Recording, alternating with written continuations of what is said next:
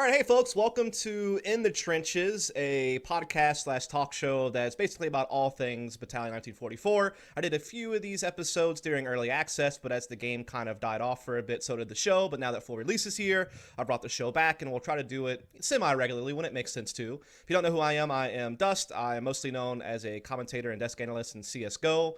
Worked events for like DreamHack, E-League, ESL, a couple different companies over the years, and did some stuff in Source as well.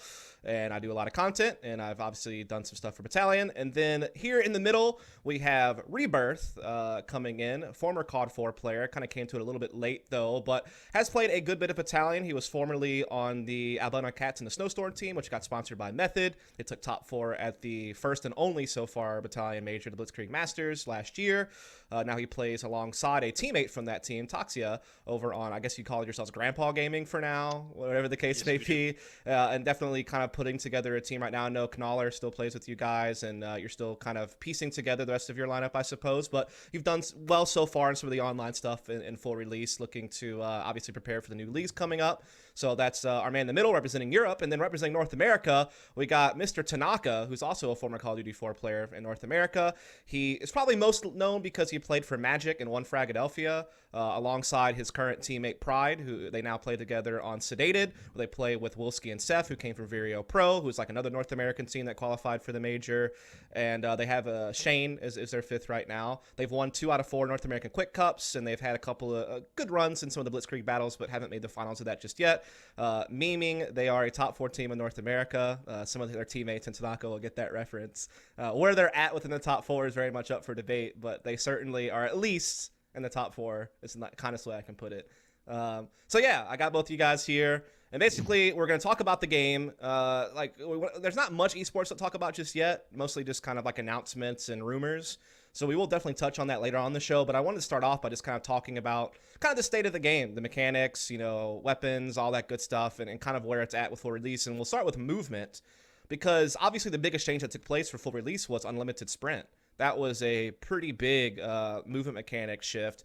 And I feel like now we're kind of in this place where movement's in a really smooth and cool place. I mean, there might be some complaints from you guys on movement, which we'll get now, but it feels like movement, which I feel like is the core of the game. It's what really sets it apart from, say, Counter-Strike or other games that are, 5-on-5 bomb defusal type competitive games. That it's really kind of the big thing that harkens back to like, COD 4 Pro mod and things of that nature, which this game was really trying to take inspiration from. So what are your thoughts right now on where the game's at as far as the core element, which is movement?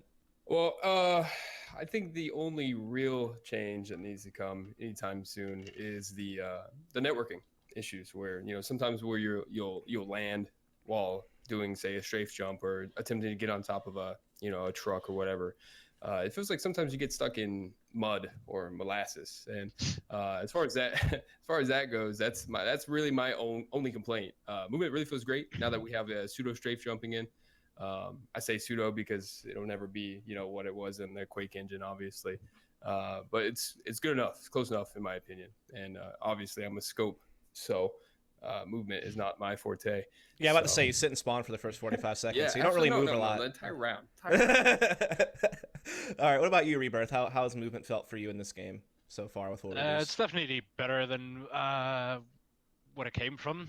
The only problem is I have with unlimited sprint is that the maps are not based on it. If I look at Derailed, and I know we'll touch on that a little bit later, but just as an example, Derailed allies, they always have an advantage. They always get into cinema before you, and I don't think there's a way to block it yet in terms of nading it.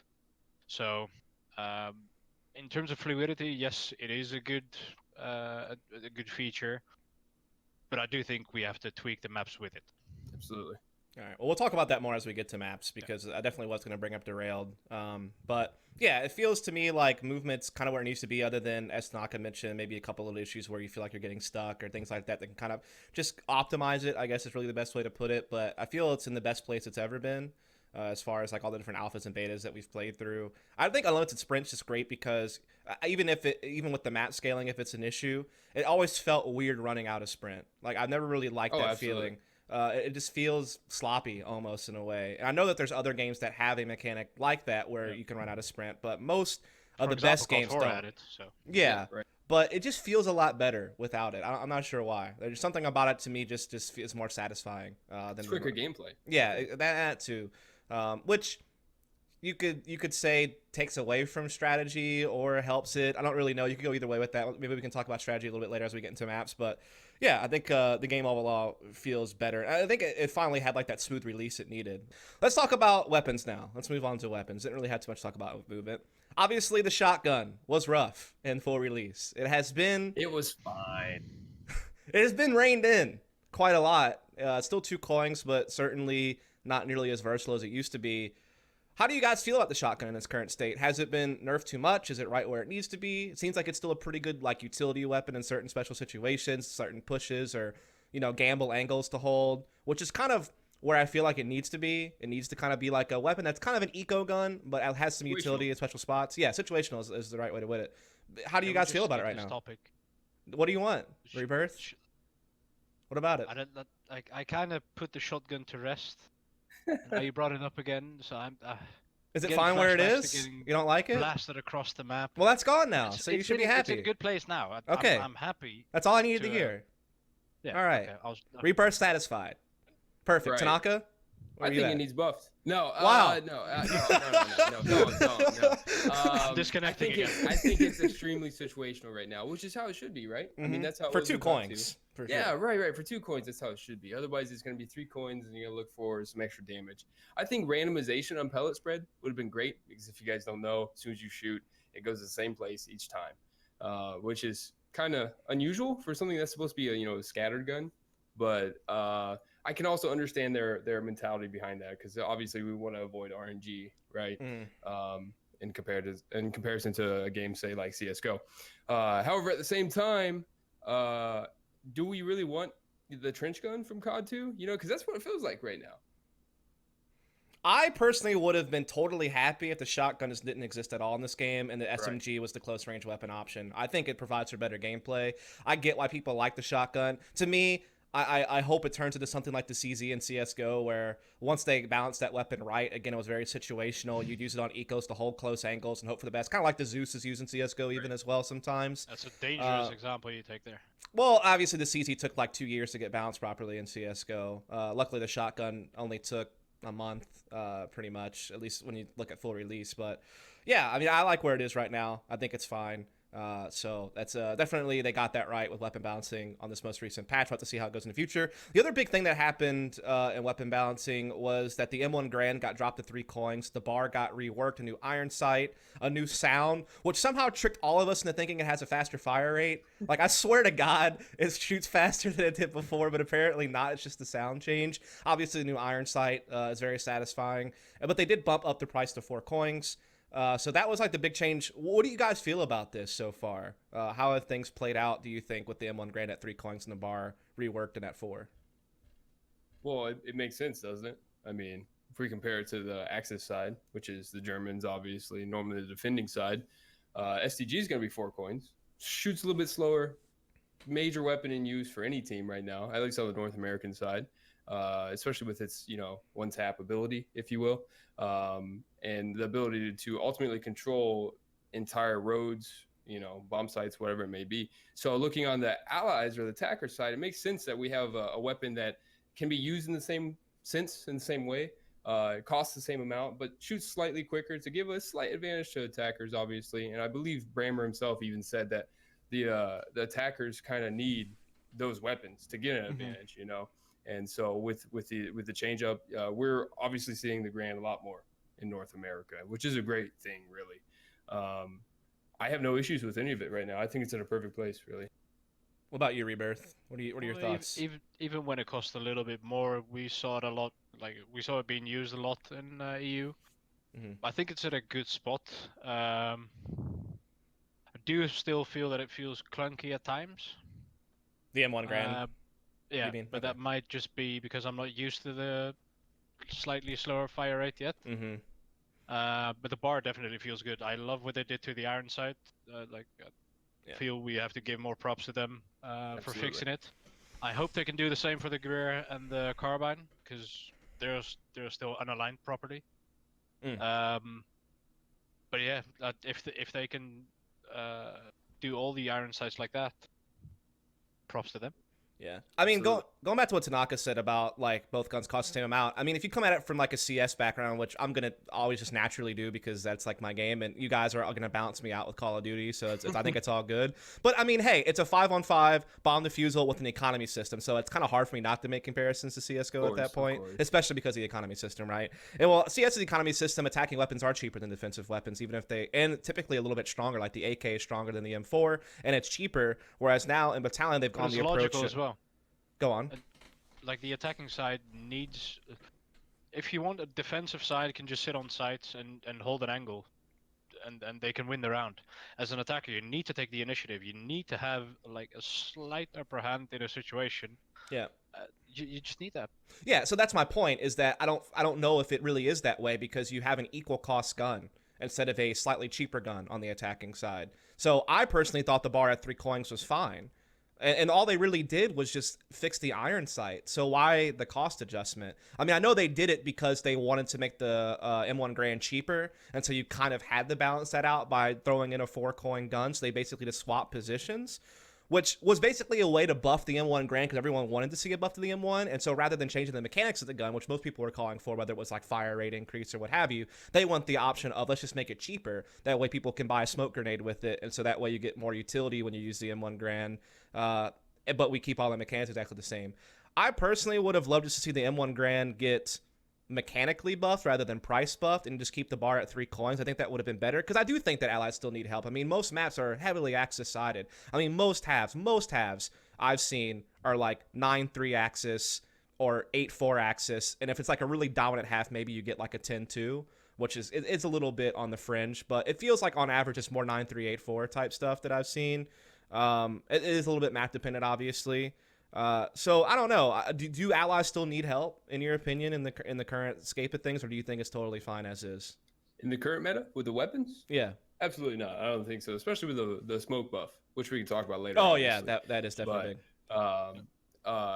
No, absolutely not. I think the ability to section off sites or even portions of the map in general right now with smokes in combination with the 3-coin Grand to hold lanes is it's huge. It's absolutely huge right now, and we can kind of see how Bulkhead wants the game to play out because of that. Yeah, I think that it is good that they at least dropped the M1 Grand price down. That basically did give attacking side a cheaper weapon that was powerful. That kind of gave them a little bit of help on attacking, which I think is great. I think the other big thing that I wonder, though, is I think another big thing that helps out attacking is the Thompson. But I also see a lot of people calling for the Thompson to be nerfed at range. Which is huge. Yeah, because kind of with the shotgun that we just spoke about, you can see how they wanted that to play into the weapon meta, because you don't want nothing but SMGs per se, right? But as we saw, still a little bit overpowered. So there has been a lot of debate about the Thompson, SMGs by the way. are that overpowered, to be honest. Yeah, so I don't either. Who was But it? that's Someone me being an SMG player. Yeah, someone posted like a big thread in the Battalion subreddit, like a player from the EU region that plays in tournaments. I can't remember who it was, but he basically had like a Probably thing. Jackus. It might have been. And he was basically talking about weapon balance, and his suggestion was to nerf the Thompson at range and to make the bar 3 coins again, and speed up the Grand and put it at 4 coins. And it seemed like a lot of people liked those suggestions. And that's the only reason why I'm bringing it up in the show, because it's one of the few posts that actually got traction on the subreddit, because not a lot does on the Battalion subreddit right now. But that one really did get a lot of traction and a lot of support, and so that's why I'm kind of bringing it up in the show, to kind of get your perspective, because I know you both compete in tournaments in different regions with this current meta. So what do you guys think? You've already kind of reflected on the Grand and the bar, and you're kind of happy with where it's at. What do you think about this whole concept of the Thompson and where it is? I still think it feels weird. It's all good. I basically explained it. Like, he basically said the Thompson was too powerful at range. What are your thoughts on that, okay. tanaKa? Well, I mean, without seeing the thread, it sounds like that person was pro mod again, which is nothing wrong with that, at all. But at the same time, they need to understand that Bulkhead, while they want to create a balanced game, obviously, they also want to find their own identity by moving away from that, SMG close range meta with rifles supporting in one scope per se. So I understand their mentality, but I'm not sure that we'll ever see complete SMG nerfs like that, simply because they want it to be more viable as a 3-coin weapon. Yeah. It's funny though, because he is a COD 2 player. I'm not even sure if he played COD 4. Really? Okay. He would have enjoyed it then. At least pro mod, maybe not damn mod or Pam. So basically, what I'm getting at is it seems like everyone in this call right now is pretty happy with where all the weapons are. Is there a spot where you do see a problem? Well, the only thing that I want to bring up Go on. is I feel like Bulkhead's weapon adjustments, they could be done better. They they try and buff fire rates, and they try and alter the way a gun shoots. For example, tanaKa might have noticed it. If you shoot the Russian Eco SMG now, it well, for me the animation bugs out a lot of the times. The STG also, the animation was not made for this fire rate, so it bugs out sometimes. The weapon starts flying through your screen. Like, well, that's exaggerated, but you get what I'm getting at. Yeah, absolutely, absolutely. I feel like Bulkhead should not adjust fire rates, because fire rates, they felt good. The STG felt fine. The M1 felt fine. But rather than tweaking fire rates, just tweak bullet damage. Right. And obviously, I'm not a game dev, so I don't know whether it's possible or not. Or obviously, there's going to be some pros and cons to that as well. But constantly tweaking animations and fire rates is, I don't think it's going to cut it, because it's going to feel off all the time. Absolutely. And on that topic with animations, it feels like half the time whether it be the sound, the recoil, where your bullet actually flies, it feels like it's heavily dependent on the animation. So we see things like the Gewehr and the M1 carbine, where we use it so much. It's a one coin weapon. But if you're spamming it, if most of the time it doesn't even feel like the bullet's actually going where it is because of the animation, the fire rate, the damage change, whatever it may be. Exactly. Yeah. I've seen a lot of talk about that, actually, and I would have to agree that I never want to use the M1 carbine. Like, I would rather just hold on to my free weapon and just, stamp it out for a round and then buy up next. Try it. Yeah. You can try it. Go into a server, get the Russian Eco SMG, get the STG. The bar actually feels fine. I think they did a really good job at that. But go into a server, get the Russian Eco SMG or an STG, and just look at the animation while you're holding down left mouse button. Yep. You're gonna see that, like, you can always see where the bullet, where your bullet count goes down. You can see that the animation, it just starts to shake through your screen. That doesn't work. The fire rate was fine, but just tweak the bullet damage. On the topic of the heavier weapons too, with animation, it feels like there's scalable animations when it comes to the recoil, in the sense that, say for the SMG, for example, if you're tapping it, the first 5, 6, maybe even 7 taps, if you're doing it at a moderate pace, there's minimal recoil, and normally the animation resets back to where it's supposed to be. But if you're doing it very quickly, or even doing fully automatic, it's like it enters a second area of recoil, like another animation where it shakes your screen more, almost like an aim punch. So I think that really adds on top of it. And while it is a balance, with the fire rate changes as well as the recoil patterns I think we have now, it seems like just wonky, honestly. But we as players are adjusting to it in the end. So it's all a matter of getting used to it, but. Yeah. So is it just an idea of fixing animations, or is it an idea of slowing the fire rate back down? Like, what route would you prefer? I think only Bulkhead really will know that, honestly, because their framework. Because I honestly like the fire rates as they are right now, currently. Oh, as do I, but it just feels unusual. Yeah. I get what you're saying as far as the animation stuff goes. Maybe that's something that could just be simply optimized to make it feel more natural or better, right? And kind of keep things on. If they do the same to all the other guns as they did to the what's it called, Allies heavy gun bar, then they're doing a perfect job. Yep. Same goes for the Thompson. Feels exactly the same. MP40. I find the MP40 more stable than the Thompson, but I might be the only one. I don't know, if they fix the animations, the weapons feel really good. There you go. Are there any changes you'd like to see on like any of the bolts or anything? Are they fine? Do you think they're priced where they need to be? Has there been any thoughts on that? Because I know there's like a slight price difference between on what side you're on for the scope, and I didn't know if how they were thinking about that. That's my home. Yeah. So what are your thoughts on that? Because one's 6 coins and one's 7 coins. Right. I think the price is fine. Okay. If anything, I think the only real issue that my team has run into, and myself and Wilski specifically have noticed this, is that it feels like the Russian weapons just aren't as refined as the Axis one would be for the bolt actions. And that makes sense, right? Because right. And that, that makes sense because the Car 98, M1 Garand, whatever it may be, those have been out longer than say the Mosin Nagant or the Scope Mosin Nagant. But even then, it feels like sometimes you're even missing shots with the Mosin Nagant. It almost as if the iron sight isn't lined up, and that may just be in our head. It may be networking side of things. It may be who knows. It could be the animations like we just spoke about. But that's really my big complaint. Economy wise, I think they're in a great place. 6 and 7 coins really makes sense in my opinion, and 6 for the Springfield being the only bolt-on allies or Americans, I should say. That's understandable. It was a different concept for me because obviously coming from CS, all snipers cost the same. Like that's like the shared weapon between both sides, and it kind of makes sense that way in my head just because I'm so used to that. Right. But it also makes sense in Battalion's context because you're trying to help balance out allies a little bit better by making their sniper a little bit cheaper, and also again because you have the unscoped bolts on defensive side that's going to be the same price as the scope bolt.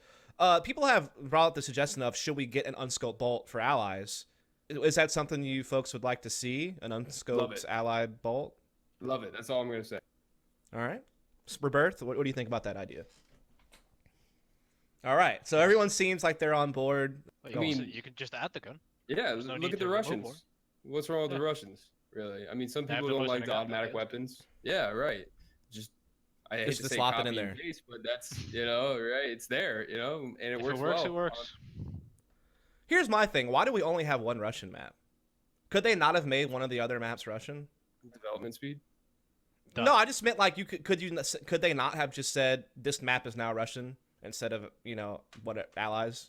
Or what's sure, let's make Liberation Russian, sure. Yeah, like I'm surprised I never thought of that just to kind of because right now I feel like it must be hard getting data about Russian weapons because for one at the lower levels at least no one wants to fucking play Vanguard, and then Vanguard's the only map that has Russian weapons to get data from to figure out where the Russian weapons are at and as far as the meta goes and how it needs to be tinkered with. So I think it's kind of a big disservice that you don't have more Russian maps. Now I know that they're working on Mittelbau, which is supposed to be a new Russian map, which will probably come in at some point. And that's not Bilkhead, right?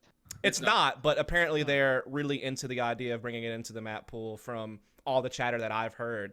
Correct. I've even done some playtesting alongside Brammer and kind of heard it straight from his mouth that he's really excited about the map. So, and we'll talk about Mittelbau a little bit later if you want to. But yeah, I'm kind of curious why we just didn't see them swap a map to just this one. Just pick one map that's in the 8 and make it Russian just to have it a little bit better balance. But I might have a good idea for that because I remember speaking to someone and that might even be a couple of weeks or a month ago, and I can't remember who it was, but he said include the faction that you're going to play into the veto system, so that you could actually choose whether you want to play the Russians or whatever other faction on whatever map you want.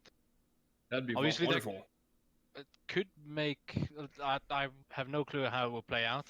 Yeah, I mean, I guess the only problem with that is this, do you think that a lot of map design has to come into play when you're considering whether it's going to be Russian or Americans? And if so, then would that kind of make it rough if you got to pick a Russian side on maybe a map that wasn't really tailored for that? I don't know if that would be the case or not. I'm just posing it as a question.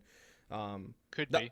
Yeah, I mean, it seems like it's not drastically different. Yeah, it's not drastically different other than the unscoped Mosin. All right, it's not really drastically different. So which hopefully changes soon with the Americans anyway. I think the only problem making that part of the veto system is there's no secondary axis side, right? So it's like you're only really getting to choose allied side, and if they bring in the British faction, which everyone wants, that's going to be another allied side.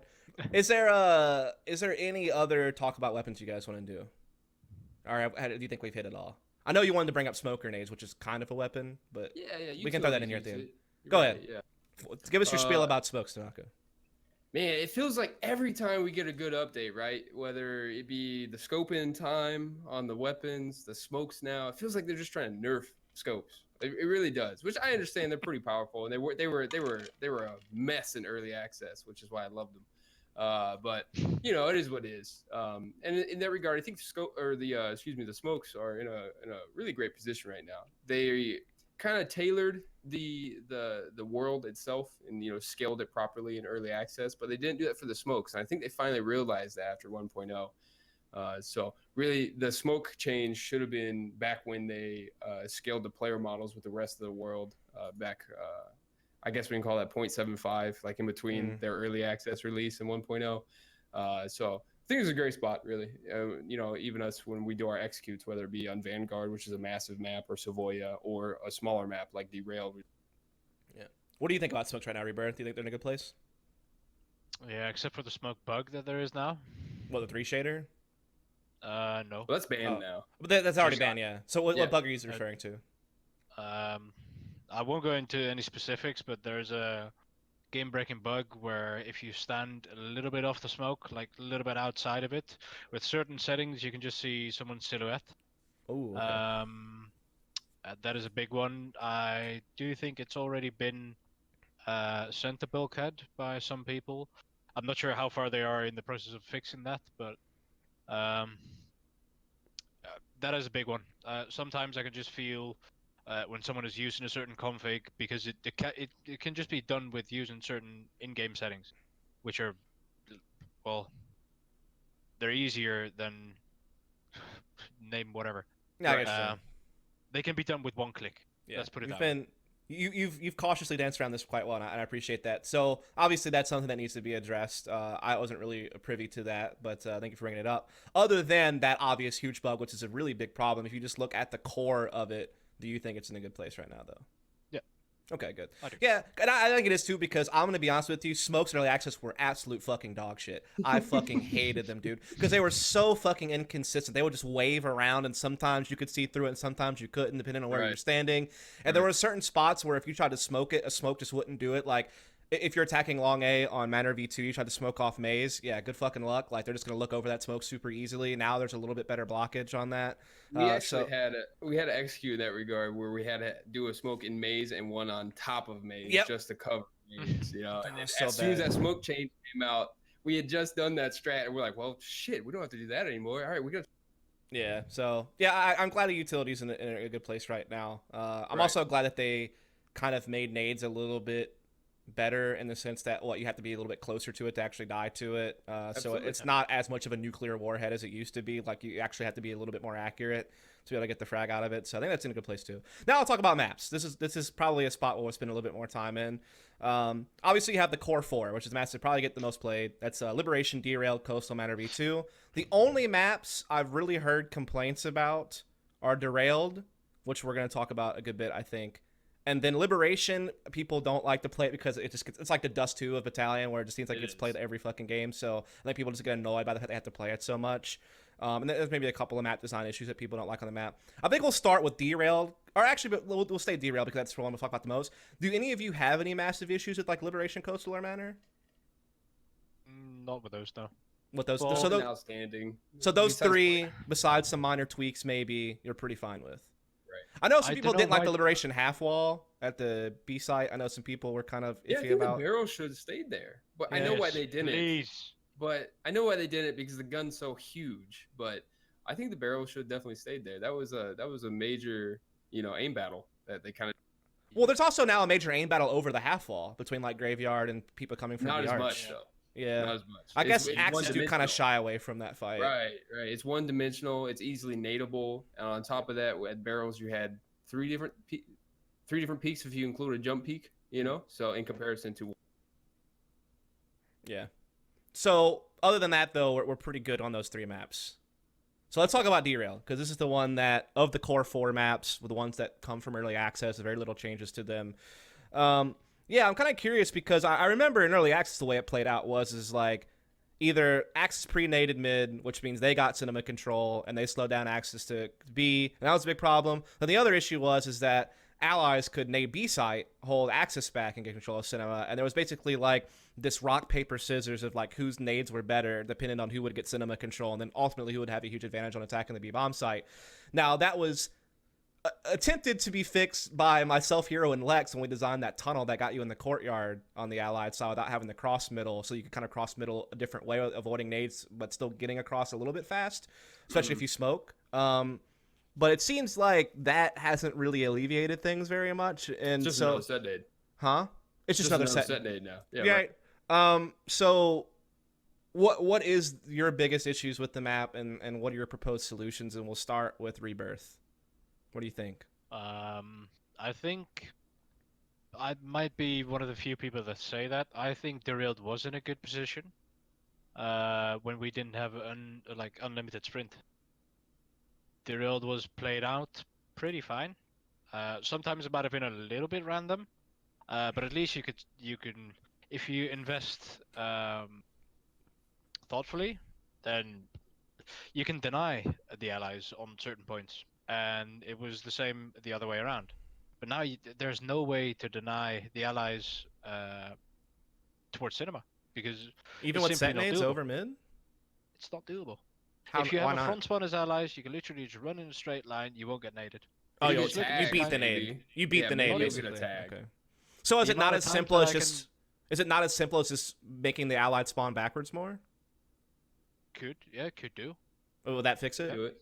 Could do that, absolutely. Because I feel like the problem was, and like, I mean, again, this is early access talk, so this is not where it is now, but where it was, and to me was a huge problem, was that Derailed was massively access-sided because if you were allies, you were just stuck behind nades all fucking day long at mid-cross, and so essentially you would forfeit cinema 9 times out of 10 because you were dodging grenades, and it felt like now that allies could kind of get into cinema faster, it made it a little bit better for allies, but now you're saying that it's too far in the allied direction, so... Yep.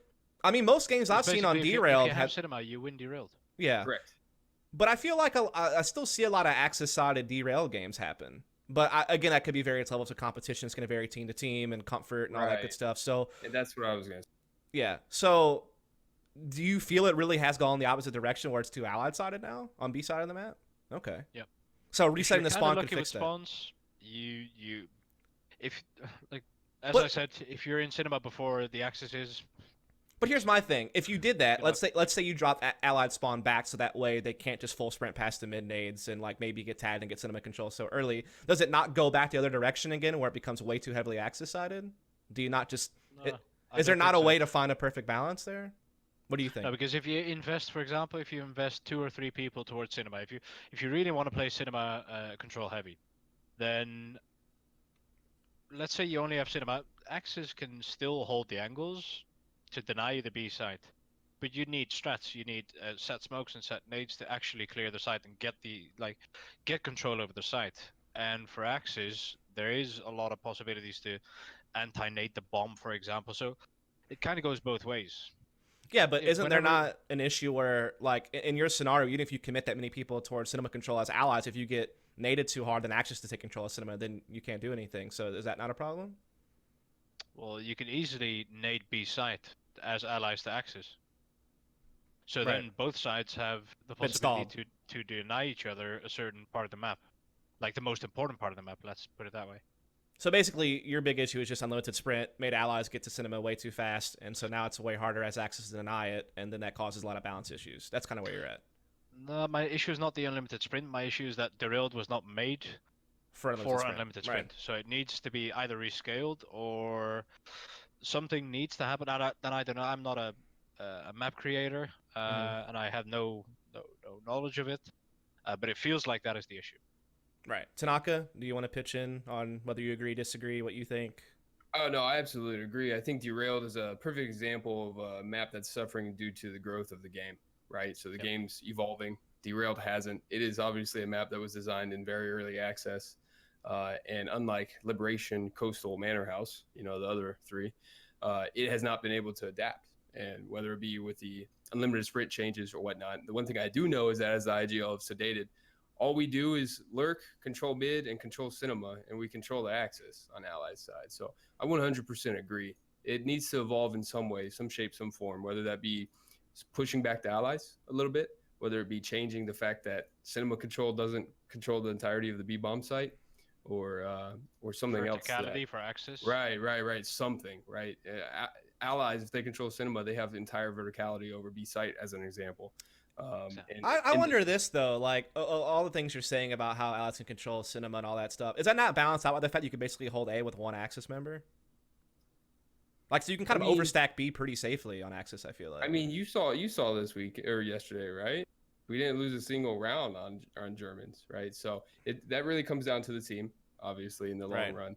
But in terms of balance for the map, I don't think that would necessarily offset it because sometimes we'll only play 1B and we'll still be able to control B. Yeah, I just It's felt all like, about cinema. yeah, I don't know, because I just know that it feels really claustrophobic attacking A as allies, just because like both ways to A are like really tight choke points. There's just It one is. angle tight that you have to doors. hold from Axis, but you can Yeah. also deny that angle with one smoke. That's the Right. thing. Right. So yeah, I'm kind of curious. So let's just say we've thrown it all on the table. Is the simple solution merely just making allied spawn timing a little bit harder to get to cinema as fast? I think that's a good start. We can at least Yeah. try. It's a good start, but it's not going to be the solution. It's not going to fix the map.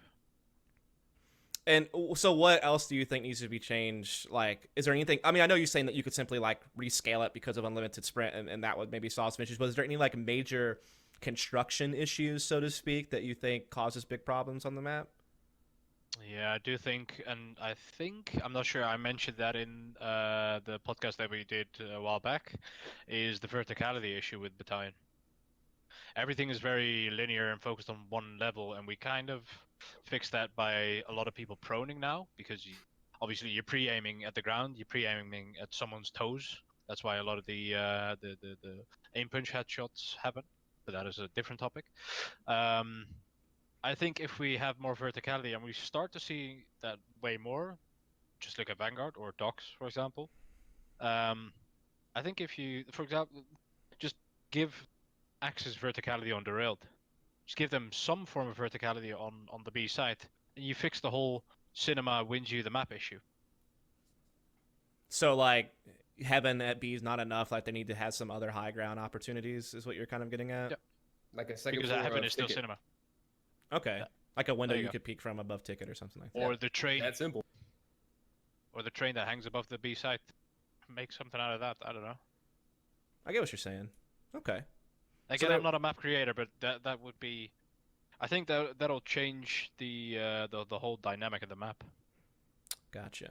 So I'll leave it at that for now, and then we'll see how things go next patch, and we'll come back to that at some point. But let's hit a couple of the new maps really quick. So we're gonna start with Docks. I know a lot of people don't like to play it. I actually like Docks a lot. I think the only problem I have with Docks, which again is definitely a really big problem to be fair, is that the B side of the map is just way too claustrophobic. I just don't like how the B bomb site building's set up, and I like there's only really one way into B for allies, is basically through that building. That's all you got. I don't really like that, but I like the way A plays out. There's a lot of different angles that allies can peek from, whether it be like top red building or bottom or top ivy, or smoking mid and going through the alleyway around kind of that little yellow building. So I actually like the way A plays out a lot. The only thing I didn't really like about A is like the headshot stairs angle that Axis have, and then some people complain about like the pink roof. That's on Axis side of the A bomb site a little bit. So, but it seems like there's some good foundational elements there where like if you made some tweaks, you actually could make it a pretty solid map. I think they should change some colors on some buildings as well to make it easier to communicate. That's just like a little small thing for me as well. But yeah, what are your thoughts on Docs and the play that you've had so far? And we'll start with Rebirth because I saw him shaking his head no the whole time. So it seems like he's not really a big Docs fan. So what's your main issues with it? Well, I'm not sure how to answer this one correctly. My opinion is not based on a lot of results. I'll be honest in that. So I just haven't played it a lot, especially not in scrims. I just feel as the map is very small again, and it's very linear. So it's basically there's an A, there's a B, and there's a mid, and there's two ways to go mid.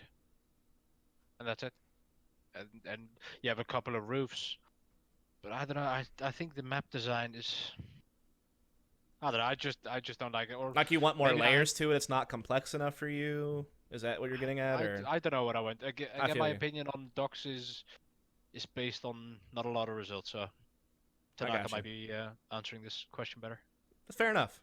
That's fair enough. At least you're gonna admit it. Like I'm not really sure, so that's good. That's I rather that than like some BS. So tanaKa, what are your thoughts on Docs? The one thing I have noticed out of Docs, and we could probably say this for most maps, is that people who like the map normally play a rifle. People who dislike the map normally are SMGs.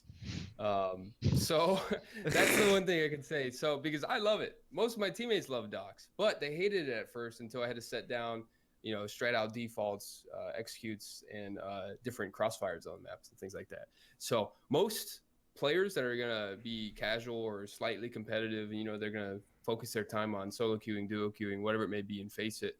They're not gonna like Docs because Docs does require a lot of teamwork because You're of calling me all a those casual. angles. No, not at all. No. This isn't like a counterpoint at all. It's just something I've seen recently.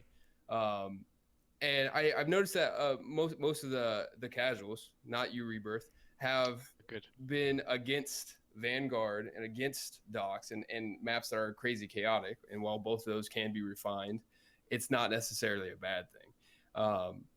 The angles are very length focused. So somebody that's playing a rifle or an STG, maybe a bar or scope, so on and so forth, they're going to love those maps more, myself included.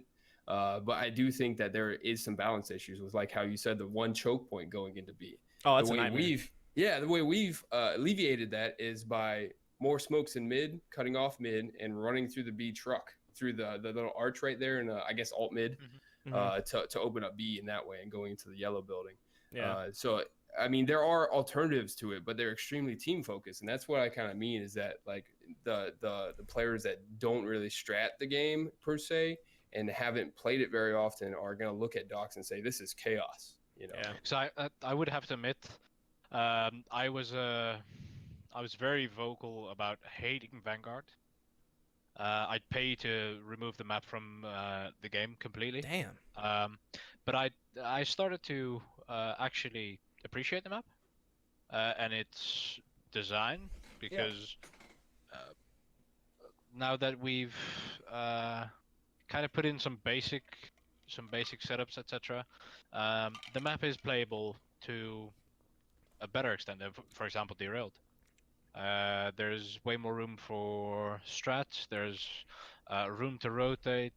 I do think it's still too easy for the ally side, for example, to hold off the A rotation because it's simple. Just hold one street and you're done. But other than that, I think Vanguard is pretty good. So I played a fair bit of Vanguard now, and I started to appreciate it. So it might actually happen to Docs. I don't know. Yeah. So I guess we'll just transition to Vanguard then, because I think I've already kind of made my point about Docs. I think they just need to open up B a little bit more. Like they need to add a new route or change up the building, something to kind of make that a little bit more open. I think that Docs would be in a better place for it.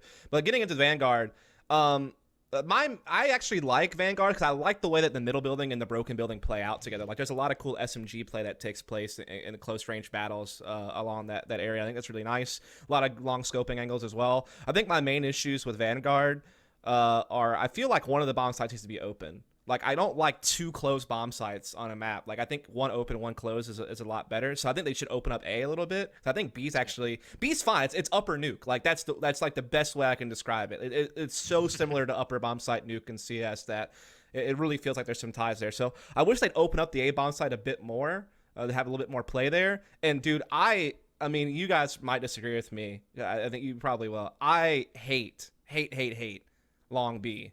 I don't think that those B apartments should be the way that they are. I don't like the whole. I can see where you're coming from. I don't like the whole like. I don't like. There's B apartments, just like the 3-level building, right? I think that needs to be like simplified to like maybe 2 levels or something. And then I don't know what you guys call this building. I think some people call it like Heaven and Hell, like the 2-story building that's in the corner. I don't like that building either. Like I just don't like them. I think you mean the tower at the back? Yeah, I don't like it. Yeah, I don't like it at all. This is because like if you want to clear someone out of there, you have to go up a ladder or like a windy stairwell. Like, if you ever want to actually attack it. I mean, obviously that if they comes peek back you. to linear map design. Right.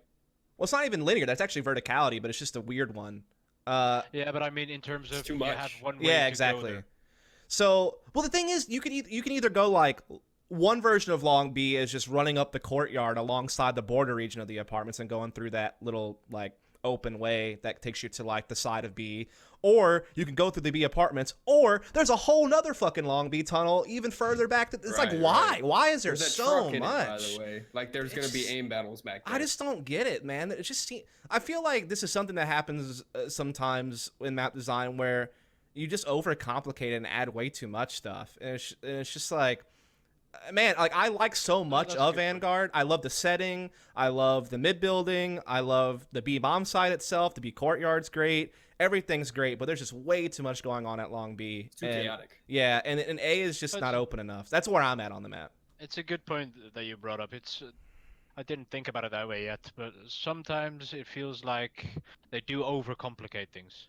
They wanna they wanna adjust the map, but they make it look so complicated. I remember one trying to remember his name, but there was one Reddit user who made a whole thread about an adjustment on Derailed that I actually loved. That was one of the best topics that I ever saw. He had very good ideas about Derailed, just basically changing the A side, which was very good. I think and that also included verticality, by the way, which was really simple. That's what I'm coming from.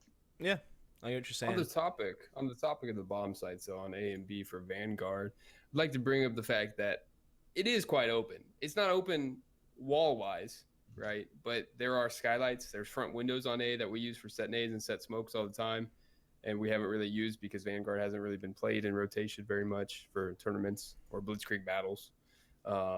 But it is open. It just doesn't appear like that on the surface, and I think the way they can help with that, because this feels like Rail Yard meets Depot from COD 1 and COD 2. I think ultimately they need to, put more skylights in on B site, for example, or on A site, maybe change it up to where there's more aim battles in there. But I agree. A site's definitely a little too claustrophobic. Yeah, it's just because you either go up that one side stairwell to get in the site, which is obviously a very tight choke point, or you can go up the front stairwell like lions are, but you expose yourself to so much if you would try to attack the A-bomb site up that big stairwell. Like, you're exposed to broken building, axis spawn, mid building, Right. even with a couple of smokes. I just feel like everyone just goes A through the stairwell if they go A through the garage. So it just feels very funneled one direction. Yeah. Right. So I just wish they'd open it up a little bit more. I think that would make it a little bit more interesting. It also would make it interesting because I feel like if you did that, you'd have to commit a little bit more defense towards the A side of the map. Like, you wouldn't just get away with like one player there and then like 3B and like one mid building or something like that. You'd actually have to, and then that would make the map a little bit more balanced overall. Like, it would make it to where the defense is split up a little bit more,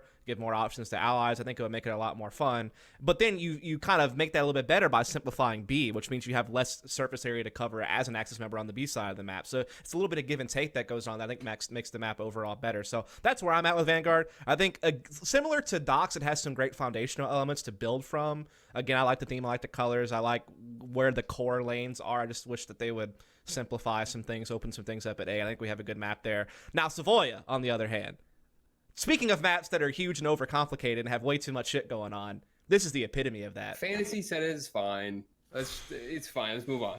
No. There's a reason why almost no one likes to play this map. I will say there are some things about this map I do like. I do like the whole flower pots peak in the long B. It's kind of neat. I like how he set that up. I like the B bomb site itself, like the fountain area, the top level where the bomb site is itself, the whole like long B stretch by double doors. I like all those little elements, like kind of at the B side. But dude, it's so funny how big the A side of the map is, and then the bomb site's like the size of a penny. Like, it's just, I don't know, man. There's just way too many buildings. I think Brammer himself admitted that the map is just too big. There's just too much going on. Oh, absolutely. Of all the maps that need to be taken out of the pool now to be fixed, it's this one. Because I think you can make minor adjustments to Docs and Vanguard to fix them up, but this one is just like, I don't know. People, because I made some individual videos on my YouTube channel about Vanguard and Docs, about like changes to make the maps better. And a couple people in the comments were like, make one for Savoia. I was like, bro, I don't know what to do. Like, I'm gonna spend 2 hours on this map. Like, there's just nothing. I think there's some redeeming qualities about the map. Don't get me wrong. I named off some things I like about it, but to actually tweak it to make it better, I actually don't know any simple solutions to do that. What do you guys think? Like, is there anything simple that could be done to make it better, or does it just need to be like completely reformulated? I think it needs to be like complete overall. The funny thing is, I always said that in the beginning, Bulkhead overdo certain things. If you look at the STG adjustment, it had a very fast fire rate. It went to very slow, and it had way too much recoil. And then we adjusted it to a proper rate of fire. Now we had the M1 Grant, which was it shot way too fast. We went to a very slow and clunky animation, and we got to a reasonably good point. Now with map design, they They had very small maps, very linear, very one-dimensional, if I may call it, one-dimensional. And then the first actual new map that they created was Savoia, which went from very small to incredibly big. And now we have Vanguard, which is also big, but it's better. It's a good size, to be honest. Yeah. I refer to Savoia as to like Cobblestone for Counter-Strike, where no one really liked it because it was just so massive. But at least Cobblestone, at least it got to a point where it was competitively viable. But like, if you think about the original Cobble for like 1.6 and Source and stuff like that was like kind of an atrocity. CS:GO's version was certainly better and actually got competed on and actually was kind of cool to watch. At least certain metas, it was cool to watch. But Savoia, it's just too much for me. And again, like, I couldn't even come up with a video to do on it because I didn't know what to do to fix it. Like, and that's not me being some fucking map expert. I'm definitely not. I'm just a commentator. I know what looks good. I know what's fun to commentate and what's fun to watch and follow. But certainly with Savoia, it feels like there's so much going on that I can't. And I'll be the first to admit that initially it was probably just because I didn't give it a chance. I didn't like run around on it enough and get to know it. But now I have played it a few times and I have run around on it a bit. And I still kind of consistent opinion. Like, I always kind of wait because like with Doc's, my natural reaction was fuck this map. But then I actually ran around on it, played a couple times, and I was able to come around and kind of be like, okay, like there's some redeeming qualities here. There needs to be some tweaks here and here that would make it a really good map. For Savoia, I never came around to it. Like, as much as I've run around on it and played it, I haven't really budged on my opinion. tanaKa, you haven't said too much about Savoia. Where are you at with it? Well, in comparison to Vanguard, right, which probably is about the same size, Vanguard has a lot of building fighting, right? So I think we can refine Savoia by making the lanes more obvious, more vibrant, if you will, and adding more building fights rather than roof fights like how Doc's is per se, because that's really what you're seeing with Savoia. Now, there are certain portions of the map that have buildings that fight, but they're really just for area control in comparison to, say, Vanguard's mid building, which is all about routes, So we can get some ideas on how to refine the routes by, refining the map in that regard. Yeah, I think one of the things I didn't like about Savoia, there was so many different windows you could peek from in all these different buildings, and it just felt like too much, besides just the overall size itself being too much. And it also did feel really weird how small the A-bomb site is, like that one little garage. It's like this huge courtyard area. With a massive wall. Yeah. It's just 360 degrees. Yeah, it was really weird. It just didn't feel natural, like the scaling of the bomb site compared to like the map overall size and like the stuff leading up to the A-bomb site. I don't know. Like, we'll leave Savoia by itself. Basically, there's no hope. They already upgraded. There's no hope. The A site, though. It needs to be completely rehauled. That's where we're at. Rehaul Savoia. I think they know that. We're good. The one map I didn't bring up yet was Invasion. This is one of the other kind of core maps. I mean, it certainly was in early access. It's not like a new map like Docs or Savoia or something like that. I'll just say my main gripe about Invasion was I think that orange, like the stairwells, I think it's just too windy. It needs to be simplified. And I think that B's a little bit rough because the tank angle in the site's so strong.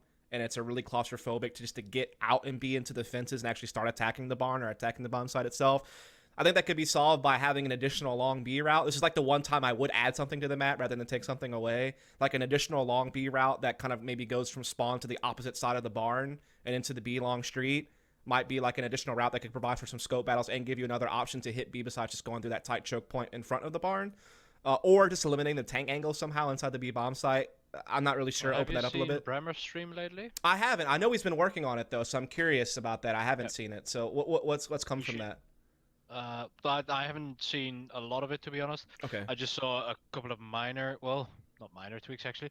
The barn at the right side actually got removed in one of it. I don't know if that's actually staying in, but that's what he was working on. He placed an extra bunker. So not the bunker that you run out of, but the B barn is replaced by a bunker. They removed B long, I think, which already looked way better. They added verticality to the site. Okay. So we've already come a long way on Invasion. First stages of Invasion were atrocious. One of the worst maps I've seen in any game I played, in all respect. Right. So let's treat those changes as speculation because it's not finalized yet. Let's just talk about where the map is right now. How do you feel about it? And what changes do you think need to be made to the map? Can we go that route? I don't want to like Yeah. speculate on what Brammer finalizes on. I know he's changing the map up, but Yes. until he That's a good point. finalizes it and it gets released, it gets still up for debates. And maybe whatever suggestions we make get incorporated. You never know. Like they could watch it and be like, oh, that's a good idea. So True. where are you at with it and what would you like to see done? I think Evasion is a pretty good map already. Okay. I'd like them to change the tunnels a little bit more because there's not a lot of room for outplaying. When you say tunnels, are you referring to B tunnels or like orange or? The A tunnels. So Okay. if you go A along as allies, you Mhm. run into the bunker. Yeah. Okay. Dildo, and then you go Orange. Yeah. Okay. Yep. Okay. Yeah, that one. I'm with I you. think they need to do something else with it. At least give allies another way to get into A site.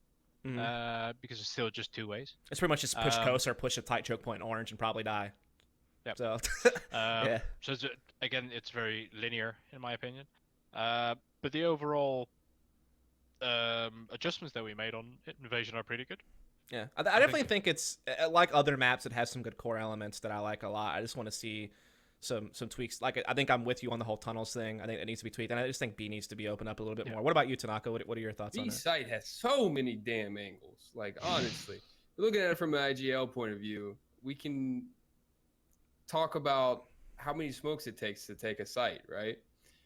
It takes minimum 3 to fully cut off that site so we can take aim fights close to B main or bunker on B site, and then go from there. Half the time, we'll utilize 2 smokes to simply cut off half the site and hope they're not playing the other side, to be 100% honest with you right now, because of how many angles there are. I mean, you have 2 different sets of boxes. You have the mid wall there. You have the flag or mid plat, depending on who you ask. That can peek into there. On top of that, up close, you have the tin wall, the boxes. By the way, you can jump on the rocks behind the box and create a head glitch angle. So that needs to be fixed. I mean, there's just so many damn angles. I think as long as they can refine that and keep some verticality to it, like Rebirth has stated, it'll be a map that is tenfold better already, just by refining one site. I think mid is great, forces aim battles. There's multiple different sides to do it from as well. I think orange or tunnels is it's massive. The team that owns those tunnels owns a side. But ultimately, yeah, just work on B site. There we go. So the last thing we could talk about map-wise, but I'm cautious to do it because I'm not sure how much time you've had on it, is that Mittelbau map. Rebirth, have you ever run on it? Have you played it at all? I cannot comment. I can only comment on from what I've seen. I think it was Wilski's stream that I saw it on. Okay. He just kind of ran down it on the map. It looked very good. It had several angles. It wasn't too overcomplicated. The overall idea was really good. But I can't go in depth on the map.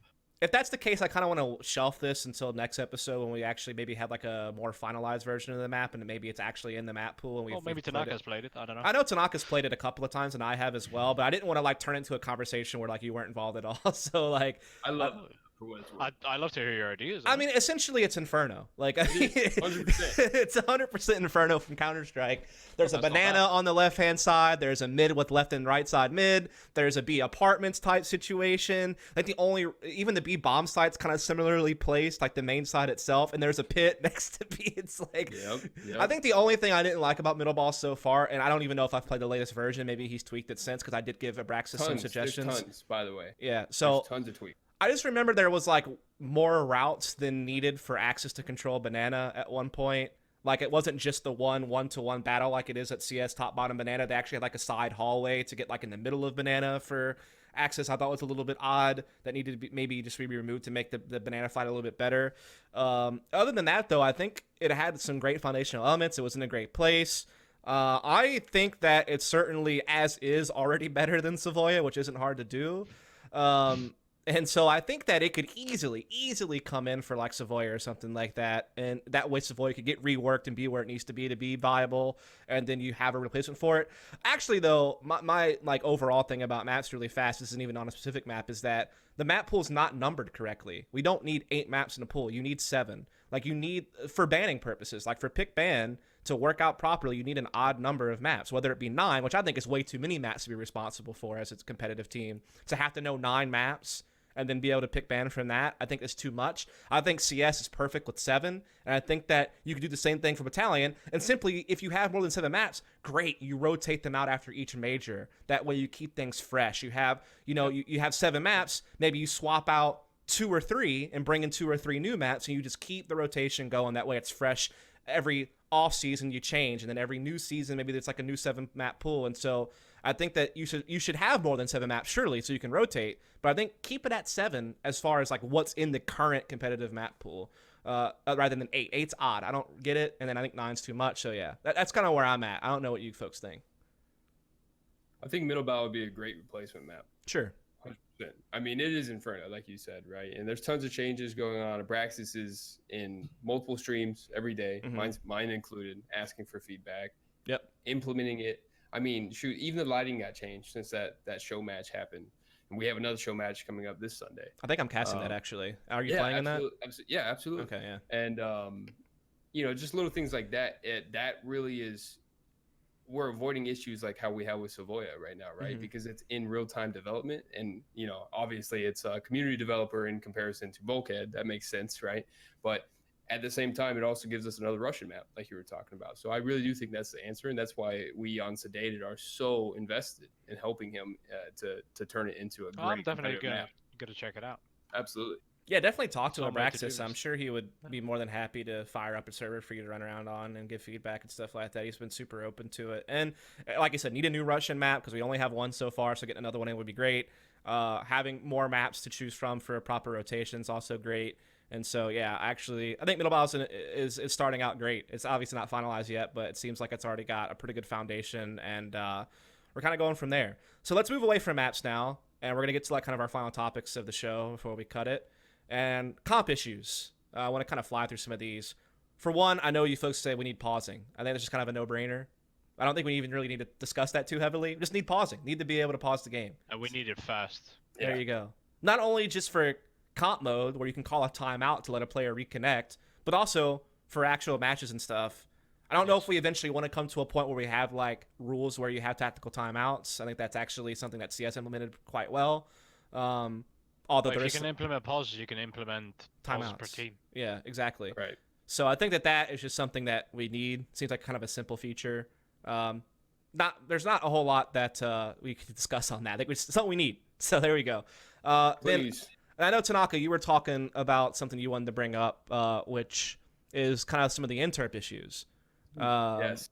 So why don't you just go fly through the topic and kind of talk about... everyone's seen it, right? Okay, Everyone's been prone on your screen, right? But you still die because on someone else's screen, you're still standing. And I think this is ultimately going to come down to interp and networking, or netcode, as all the non-developers refer to it as. And in terms of it, it's something that UE4 doesn't do very well as already. So Bulkhead is already light years ahead of it. Like their networking code and their net code in general is just, it's wonderful, right? But there's still some issues, and those issues are the interp. And so really, if the only thing I care to see is that how I am on my screen, whether I be prone, leaning around a corner, I want it to be the exact same on everyone else's screen. That's really the gist of it. There's definitely been many a times where I think I'm clear of an archway, but I still get shot, even though I can't see anything. There's only a wall in front of my face right now, but I'm getting shot and I'm dying. I don't know, and a lot of that is just like ping differential and things like that. It's always gonna be tough in an online playing environment. But I've definitely seen some pretty atrocious clips, and Brammer's played some of those clips on his stream. He's like, wow, this is like the worst I've ever seen. Yeah. So he definitely sees it, but I mean, I personally am not tech savvy enough to know like if there is a solution, and if so, what it would be.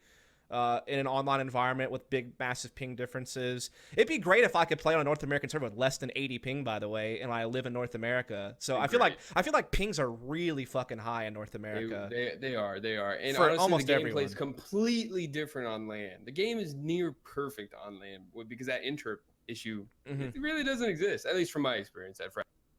This is something that you witness on Europe a lot, Rebirth? Like some of the stuff that tanaKa's been describing? My knowledge regarding interp is not that big, so I'm going to go with whatever tanaKa said. There you go. Let's work on that. More than me on that topic. Let's work on that. Definitely on LAN, it felt miles better. There you go. definitely. All right. So again, there's not much debate to be had there. It's just kind of a problem that needs to be addressed that we're bringing up again, kind of similar to pausing. Now, here's the issue I wanted to bring up, and you folks probably don't get impacted by this very much because you play at like a higher ELO threshold. So you probably never, or not never, but you probably very rarely run into this problem. Whereas me, I kind of play like the level 6, level 5 range right now. I'm kind of like between like 1300 and 1500 ELO most times. Is that there is no threshold for a brand new account, brand new player, never touched Battalion before, to jump into a competitive face-it match. And probably, because you start at level 3 bare minimum, and so you wind up playing with like level 4 to level 6 accounts pretty regularly as like a level 3 new player. And I can't tell you how many games I've run into if I'm not 5 stacking or 3 stacking. Like if I'm in a solo or duo queue, I can't tell you how many times I run into games where I get a guy who's like, I've never played this map before. And it's like Manor. So it's not even like Docks or Savoia or something where like you could kind of understand, oh, they've never played this map before. But like I've even played coastal games where people are like, yeah, this is my first time playing the map. And it's just like, no one's happy in that situation. Like the experienced players aren't happy because they're having to handhold someone who's brand new to the game and try to explain to them like what to do, what spots are called, whatever the case may be. And then it's obviously not fun for the new player because they're getting destroyed by like people who are just infinitely better than them, mostly just off of the fact of map knowledge itself. Like maybe their aim is somewhat similar, but like they just don't get movement because they're coming from Counter-Strike, or they just don't know the maps, they've never played it before. And there just needs to be some type of like threshold that you must pass as a new player before you can play comp, in my opinion. Now, a couple of problems with that is that A, battle rank resets every season, so you can't go by battle rank level. You'd have to come up with some other new like account leveling system to use as that threshold that you must pass to play comp. Or hidden MMR. Yeah.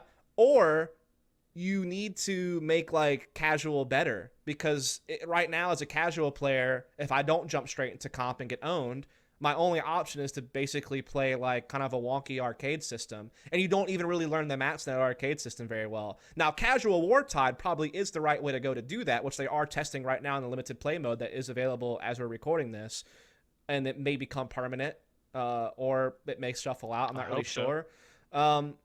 But I just feel like even that's rough though, because it's like 10 on 10. So even then, it's still not the best way to learn maps and like learn the competitive format. So there just needs to be A, some type of threshold that new players must pass before they can play comp. And then B, the casual war touches needs to be permanent and better to really facilitate new players learning the game before they jump into comp. Do you folks have any thoughts on this whole new players and comp and all that good stuff? I mean, I'll let you go first. You about covered that. I mean, it is a tricky system, isn't it? I do not envy the devs at all that the issues they have to go through developing a competitive based game that most people are not gonna see eye to eye with in this day and age, because they all want Fortnite or Apex or just give me battle royales. So really, I do agree that there needs to be some sort of system, some sort of introductory system, if you will. However, what it is, I couldn't pinpoint it. I could not tell you, just because I don't know. Yeah. I don't think there's a perfect solution. There's always going to be people that are not happy with it. I think we might need to look at a max elo difference, because I've played matches where the elo difference is literally 1200. And indeed, I don't mind shooting heads while my aim is pretty trash, like for a couple of rounds. But it's, you just know, like, I kind of feel bad because I know I'm scaring away people that just bought a game. For example, I play for their second or third hour. Mm-hmm. If we try and introduce a max elo difference, that could work, but that will increase the queue times. But that might just have to be something that we have to live with. Yeah, I think that is like the I biggest wouldn't mind, issue. obviously. The biggest issue with any tinkering to try to make this issue better is the player base versus queue times versus the change you're trying to make, and like what is going to get impacted and how much it'll be impacted, and is it going to be better for it at the end of the day because of how you mess things up. And that definitely is true. Like, you need the player base to be bigger and you need to try to get queue times down. I get that. But certainly Well, it has to be a concession that we high elo players have to make to get a better game on the Well, long your run. queue times are already massive, it feels like. So are you really willing to go more? I've seen some queue times as Sure, high as no like 20 problem or at all. 30 minutes. So Extend 20 my minutes queue is- times at 15 minutes. I don't mind. If that makes the casual players experience better, go for it. I don't mind. because I mean, I feel like what we're doing is we are scaring away so many new players right now because one, they're getting owned, so they don't want to play because they're just getting destroyed. Two, everyone's frustrated, so it's toxic as fuck in voice chat because it's just like, what are you doing? Like, it's very like belittling, and you can try to tell people all you want, like, hey, be nicer to new players, but the amount of people who actually listen to that is probably very low.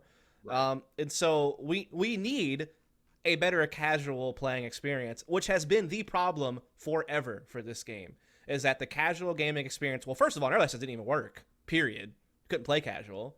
Now, it just feels kind of wonky. Like, all you can do is choose one option, and then you don't know what game mode you're going to play. Or you can choose, like, the limited casual Wartide, which no one really wants to play that other than maybe the newest players because it's 10v10. Like, it's chaos. Like, it's just too much. So I'm not sure if there's a way to. I mean, I guess 5-on-5 casual wartime, maybe that's too much. Maybe we could do like 8v8. I don't know. Something needs to happen to make that less chaotic.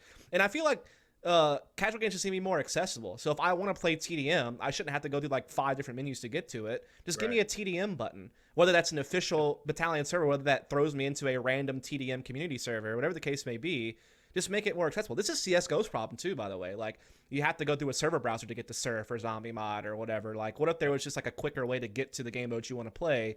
And I feel like that's what Battalion needs, like, to make casual better. Like, I want to play TDM. I don't want to have to gamble whether I'm going to get TDM or not by hitting casual. Or there's just not very many populated community servers. Everyone's just playing comp. So, Well, it basically comes back to overcomplicating things again.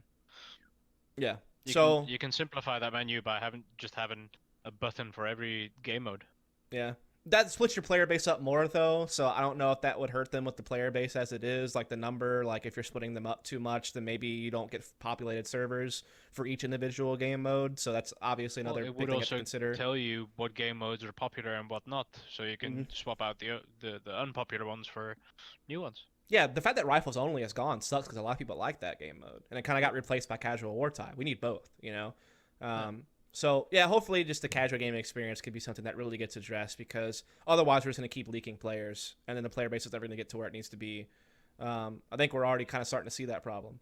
From a developer point of view, I think that's front-end design, like a UI designer issue, really. And obviously Bulkhead isn't this massive AAA team, but that may be some of the growing pains we're seeing because of how small they're.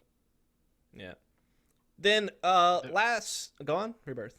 You said something? There is one guy who did make very good UI design, which was also a Reddit post, I think. I'm not sure about the guy's name, but he did a really good job. He made the menu simple. It looked very slick. I think even Bremer commented it. I think he even he offered him a job. I think so, yeah, as well. I think I remember seeing that. Well, yeah. I think he mentioned it, that he should apply if he wants to. That might be it, yeah. But even then, in the long run, I mean, designing a UI in a game engine is completely different than doing it in, Illustrator and Photoshop. True. Yeah, so hopefully those things are on the way. Now, I wanted to briefly touch on some observing issues really quick. You guys might not have much to comment here because this is not something that really concerns you as much, though it kind of does indirectly because people want to watch your games and you want them to be able to watch it effectively. That way we get bigger viewer bases and, like, help build up the game. So it does affect you a bit. And the observing issues is just that, like, right now it's very difficult to make sure that everyone's watching the same thing, which can be simply fixed. Well, maybe it's not simple. I don't know. I'm not a coder. But being able to follow one person's point of view. So if me, X and Y person are in spectator mode together, if I could just follow X's point of view because he's the observer that's running the stream, that would be great that we're all watching the same thing. CSGO has a way to do this with their GoTV relay system. You can have an observer that everyone can follow. So that would be massive to make sure that we're all watching the same thing. We need to be able to pull up a big map. That way I can see what the hell's going on on one side of the map while I'm watching a first-person perspective. You can use the mini map in the top left-hand corner, sure, but sometimes it's harder to see that if you don't have, like, the best vision or depending on, like, your resolution and things like that. So I feel like that's something that needs to be addressed right away. Just, they used to be able to do it. I'm not sure why it got taken out the game. Like, I know in early access you could pull up a big map, but now you can't, or at least I couldn't figure out how to do it. So maybe I'm just dumb, but it doesn't seem to be there anymore. And then, yeah, like I just think we need to obviously just make some optimizations. Like right now, some of the colors, like when teams swap, sometimes I get really confused. Like sometimes it's weird because like when you play the game, you're always blue, and your teammates are always blue, and your opponents are always red. But in a spec mode, allies are always blue and axes are always red, except you're playing Russians are yellow, and yellow and red's too close together in my opinion. Yeah, right. So they need to really kind of just make a consistent color scheme. Like allies are always blue, axes are always red. Final. Like that's the end. Like stop making it different between whether I'm playing or whether I'm spectating. I think it makes things way too confusing. So there's just little things like that will need to be tweaked, and I think demos are also just not great. Which that's not that big of an issue yet, but it will be later when you're trying to watch replays to learn things like scout opponents or review your own film and try to like work together to coach through issues that your team's having. If the demo system was better, that would be really helpful. The system on how to watch a demo works really well, but I think one of the first things that they need to address, what I find most annoying, is watching a stream and not having a fluid viewing experience. I believe whenever you're a spectator, the tick rate is 10 or 20. I don't know the exact numbers, but viewing a game or even watching your teammate in spectate is, I don't know. I don't even know whether I call it laggy or just clunky. Mm-hmm. There's something very wrong with it. And this needs to be addressed soon because you're starting a pro league like in a couple of weeks, which I assume that you're going to want to broadcast, and I assume you're going to want to try to build a pretty decent viewer base with. And if your spec mode's not working well enough, that's going to make it harder for observers to observe the game. Going to be harder for everyone to be watching the same thing. Going to be harder for casters to follow what's going on to give you the best commentary. It's going to make the viewing experience worse, and that's going to draw people away. Like this is supposed to be like a marketing tool to get people into the game. And if the observing experience isn't great, it's going to make the broadcast not great. So honestly, the early access observing system was better than it is right now for release. I don't know what happened. I don't know how it got worse. Like maybe they took overcomplication again. I don't know. Like they took sets backwards. Like I don't know. Like I hope that they can make these improvements soon though, because you're already about to start trying to broadcast some league play here soon. So that's just something I wanted to throw in at the end of the episode. Just because it's near and dear to me, right? That's what I do. It's needed regardless of whether or not it affects us. It's needed. All right. So let's talk about esports here at the end. This is our final section of this episode, which is, of course, we had a lot of like small online cups going on right now. That's kind of like the main thing that everyone's kind of been up to. But we did have a pretty big announcement that the Plays, which has been running pretty much all the online cups so far and ran the major and a lot of other stuff. They are doing a European and North American Premier League, and they also have a European and North American Open League. So similar to some other league systems, but it's just there's only 2 divisions that are like 4 or 5, which again, player base, a big part of that. And so this is apparently going to start like at the very beginning of August. So that's only really a couple of weeks after I released this podcast. And apparently, the prize pool for Premier is like 20K, and I think for Open it's 10K. If I'm not mistaken, I think that's the breakdown. Like first place for Premier League is like 3,500. First place for Open League's 1,500. No, I got that wrong. So total prizing for each Open division is $3,000 total, but that's for Europe and EU. So in total, it's like a $6,000 system. And then for Premier, each league is 7K apiece, so 14K total between the two. So yeah, this is obviously big. It's finally like a slightly like notable prize pool type situation, because right now we're kind of just playing like $500 weekend cups, and quick cups are just like Razor Silver. I don't know what that even is. It's really just for practice. I need me some Razor Silver. Yeah, dude, I don't know enough about it. If anyone wants 50K Razor Silver, DM me. I have loads. So this is obviously huge, right? Like now we're finally going to get a league. It'll run from the beginning of August until October, so it's like a 2-month long regular season essentially, and then there's going to be playoffs and stuff like that. Obviously, this is what the game needed to finally have something for teams to kind of play for, to have something. 100%. We also obviously have Philadelphia coming up, the North American side of things. So we'll have like another LAN finally for full release. I don't know if Europe has something coming soon or not. I saw some like, what was it? Like EU is going to win that NA LAN. Isn't there like an EU mix coming? It's like Aerox and Mark and some other people. Corsair is coming. We'll make sure they get lost before they get to the venue.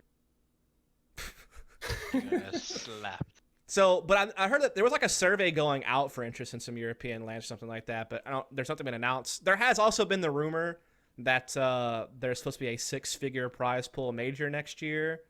And there's also been talk of like a Face It Pro series to go alongside the Premier League. So there's stuff building up, basically, stuff bubbling up. Finally, what's your thoughts on finally being able to kick off like some true leagues for Battalion? Finally. Honestly, That's it. It's all he's got. What it deserves. Yeah. You can't launch a competitive game without a league. You can't do it, third party or not. Whether the developer or the publisher hosts it, with like say COD World League, or if it's a third party like the plays with us, right? A competitive game needs competition, and it can't be fostered without a league, because a league is what keeps players coming back. The map of the week, if you will. Every week we have a league. Little things like that allow structure, and teams need structures in order for them to keep competing. Whether it be something like the map of the week where we know, hey, we have to practice Vanguard this week and Derailed next week. That gives us, the fortitude to keep coming back playing. And the same thing with the newer players, the open league. Finally, really, that's really just the only way. Yeah, we haven't really got any details about like format and rule sets and things of that nature yet. I'm kind of hoping that they follow some of the better leagues. Like they have years of esports to follow. Like what's the best format? What's the best system for like map pick ban? I don't like map of the week system. That's what they're doing for quick cups right now. I really hope that's not what they're going to do for our map per round. Like they need to just do best of threes, veto phase. Let's get some real shit going here. Let's get it GSL format for like 4 teams per group, or if you want to do like a round robin system for a regular season, you can do that, but that just means you have a ton of games being played, which is fine for Battalion because there's not many like third-party LAN tournaments going on. But like in CS, it got to be too much when you did like a 20 game round robin season. But let's start with that and then work towards kind of following some of the stuff that the esports industry has paid for us. Like we can just pull from that. Don't have to try to reinvent the wheel. We don't have to invent the wheel. Yeah, again. exactly. Right. Like there is tons of stuff out there to know what works best and what doesn't work best. I swear to fucking God, please don't do Swiss system in Battalion. I'm sick of seeing it in CS. Can we please not do that? It's just way too much. So let's just learn lessons from CS and other esports titles and try to come up with really good formats. It's the only thing that I would hope happens here. Also, please have a budget for the operational side of it. Like, I know it's all fine and dandy if you want to rely on volunteers to help run your league and cast your games. That's fine. I get it. You're not always going to have the money to pay people. But all you do is breed incompetence by relying on strictly volunteers. That's no offense to volunteers who want to volunteer their time to help out. But the last thing we need for these leagues is for them to be run poorly and to have massive delays between games and to start late and to have all these different problems with signups and registration and people not showing up on time and all that good stuff. Like, you need good admins who know what they're doing, who keep teams in check, who make sure things run on time, because you have one shot to make a first impression on the community, particularly if you're trying to attract new members to watching this game. And so you need to make sure that your shit's up to snuff. That way people want to come back and watch it again. If you blow it, then you're going to have a way harder time trying to bring people to watch stuff down the line. So I just hope that they go about operating this the right way. That's all I have to say about it. Obviously, I'm excited. I hope to be involved as a commentator. I know you guys are going to be competing in the Premier Leagues for your respective regions. And yeah, I hope this is the start of something. Hopefully this really helps the game grow. I mean, that's the hope anyway, right? 100%. Yeah. Yeah. How do you think things are going to go with this league? Like, I think in NA we have 5 or 6 really competitive teams, if we're being honest, and the rest have been kind of like mixed teams. Europe, I'm not really sure. Like, I know that there's like Endpoint, there's your team Rebirth, there's a couple of others that are quite strong. I know a lot of players after early access aren't really around as much anymore. Do you think this will bring people back? Like, are we going to see things like Thrive? Like, where is the state of your scene, do you think? I will start with Rebirth. There's enough talent, that's for sure.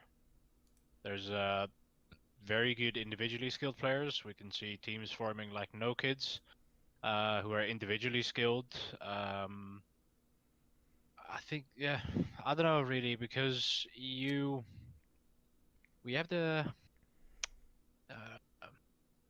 have a weird idea of having to kick someone after a week very quickly. That's not just EU, that's sedated. I wouldn't be able to comment on that, but They're on their 6th, 5th probably since full release. So Hey, so- we like him this time. Okay? I know we Chill. like. I just messed with you. But anyway, continue, Rebirth. I think come next episode he'll be on his 12th 5th. Could be. They've been sticking with but I Shane for think- a while, so they might be onto something. Anyway.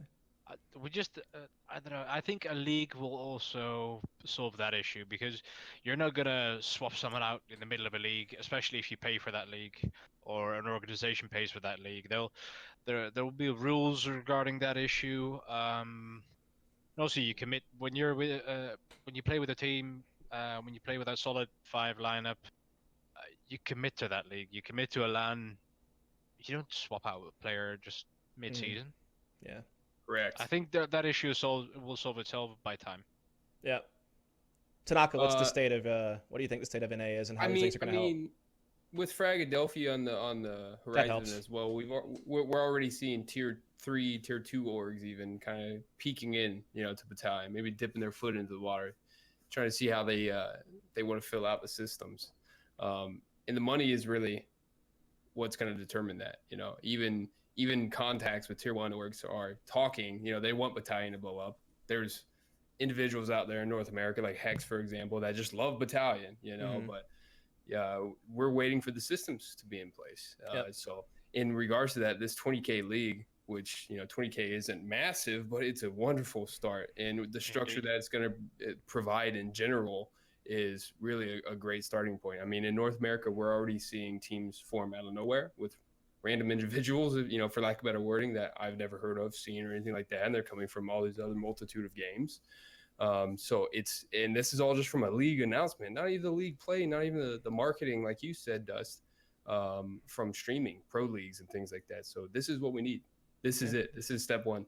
Yeah. So Daddy does have some advice for everyone out there. Hey, I've already kind of started it. Like, make sure you run these things right. You got your stream set up right. You get things done on time. You got one shot to make a good impression, so make sure you run things properly. You don't have massive delays, and you actually present a good product. 2, for players, don't sign city contracts just to get some help on a flight to a LAN. Be smart about contracts. Talk to somebody.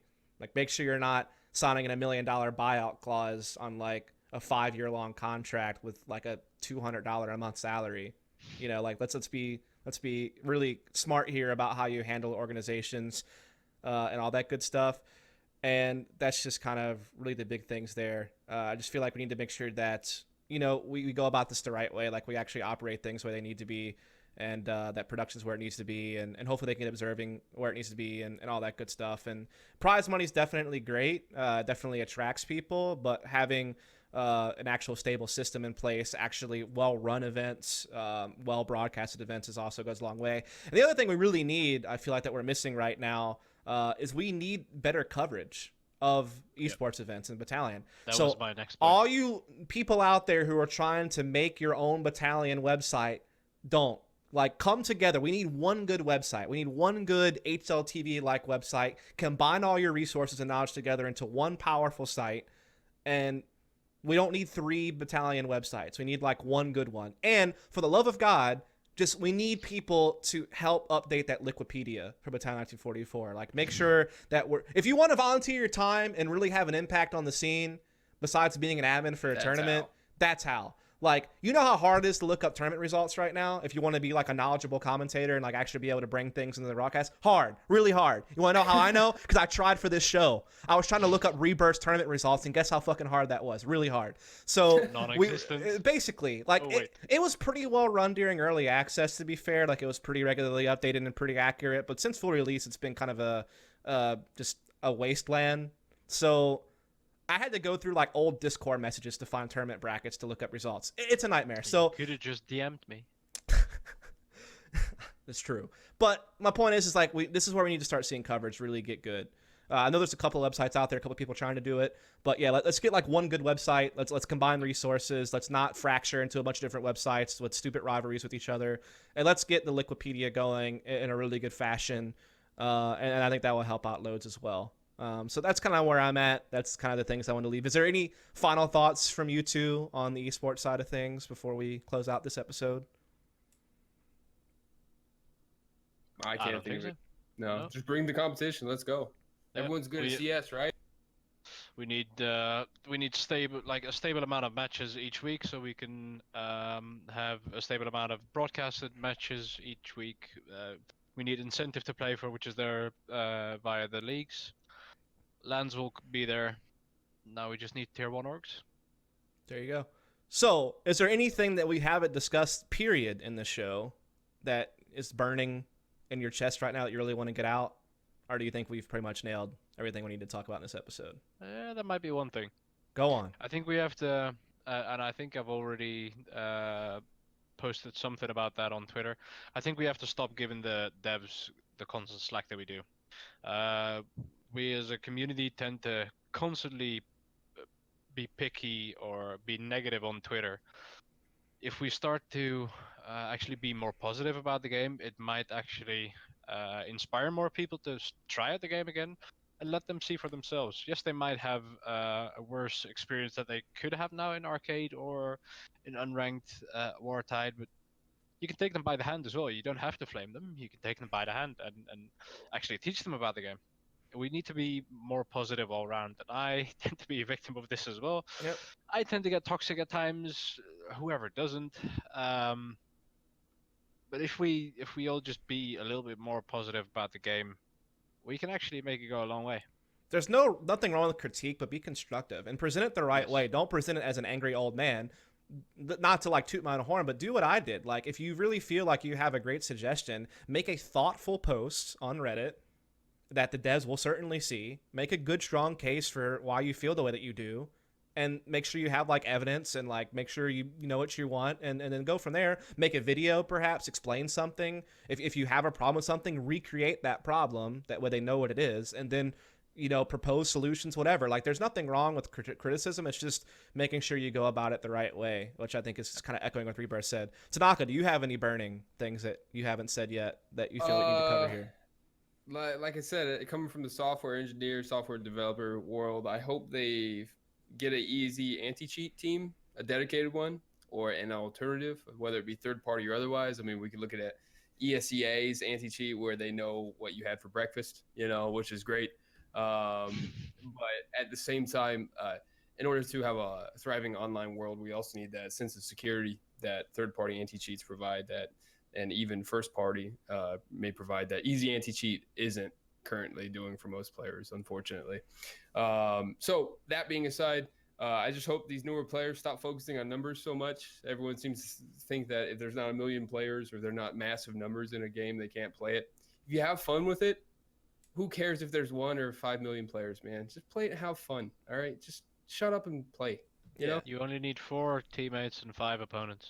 Yeah. I mean, here's the thing. Like, this game is at that great place where it's simple to understand and watch on the surface, but it has the layers of complexity once you get to a higher level. A similar model to what makes Counter-Strike successful. Now, this game will never be Counter-Strike, probably. Like, I hate to be pessimistic, but it's probably never really going to hit those types of numbers where you're having like 500, 600,000 concurrent players, or you're having millions of people watching a stream at the same time. But look at what happened with Rainbow Six Siege. Look where it started and how much it boomed over time and where it is now. Like, that game has really been such a great success story on its humble beginnings and how it's blown up and how it looks now. And maybe Battalion can't even be that, but what Battalion can be, if people treat it right and things go well, is it can still have its own, stable, decent-sized community that has a good enough ecosystem to support people trying to stream the game, trying to compete in the game, trying to play the game. It can still, like, people need to stop thinking, oh, this game is just never going to be CS. It doesn't have to be. It doesn't have to be. That's the thing. Like, it can still. That's not what we're trying to create. Yeah. Right. So, obviously, you need to not be so niche that you only have, like, 5,000 players. But, like, you just need to kind of slowly grow it over time. And I think that's hopefully the leagues and some of the competition and, influencers getting involved, which you've already seen a lot of, can really be enough to drive a decent-sized community. That's all it needs to be, is like a decent size. And then over time, just kind of organically grow. And it might not happen overnight, and it might not blow up as much as you want it to or be as big as you were hoping for, but it just needs to be at a decent level. And it can still be a very, very fun community. And that's really it for this episode. Maybe I'll have tanaKa and Rebirth back. I'm not sure if we can do like regular appearances. I mean, obviously people are busy with their teams and with their real lives, stuff like that. So I'll try to keep making episodes of this podcast as long as people are interested and as long as I can get guests and as long as it makes sense to. Again, probably won't be like every week or every 2 weeks. It really just has to depend on if there's enough stuff to talk about, which there was obviously lots to talk about before release coming out. But maybe after every patch, maybe you can do another episode of In the Trenches, whether Rebirth and tanaKa want to come back or whether other people come shuffling in, or once we actually start getting like the leagues up and running and tournaments up and running, we'll actually have tournaments to talk about, and then we can make this kind of a thing. And yeah, tanaKa, any like shout outs or things you want to plug or anything like that before we sign off the episode? No, not at all. Make sure you guys utilize proper discords and the Faceit system to find teammates, and we'll see you out there on the 5v5. Yeah, follow tanaKa on Twitter. It's down below. Also, check out his stream, tanaKa TV, I think it is, on Twitch. You're welcome. Rebirth, do you have any final thoughts, shout outs, anything like that you want to? Nope. Plugs. Nothing. tanaKa said it all. Follow That's Rebirth on Twitter. His Twitter's down there below as well. There you go. And you can follow me up if you want as well. Again, we'll try to get more episodes of this out and going. You can also follow up my YouTube channel for other Battalion-related content. And if you like Counter-Strike, I do that stuff as well. And that's going to be it. Great episode of In the Trenches. See you next time, everybody.